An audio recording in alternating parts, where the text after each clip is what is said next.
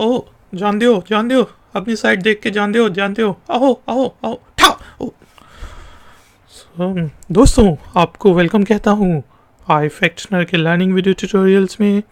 आज के video tutorial में भाई यार ट्यूटोरियल बना रहा हूँ यार, गाड़ी लग गई तो क्या हुआ यार, बनाने दो यार। अच्छा जी, आज के वीडियो ट्यूटोरियल में हम इंग्लिश के वर्ड बिकम का मीनिंग हिंदी और उर्दू में समझेंगे। फिर वर्ड बिकम को यूज़ करते हुए इंग्लिश में कुछ सेंटेंसेस बनाएंगे और उनकी ट्रांसलेशन करेंगे हिंदी और उर्दू में। यार बनान देना यार। अच्छा बात करता हूँ, ख़त्म कर लूँ ट्यूटोरियल पे देखते हैं।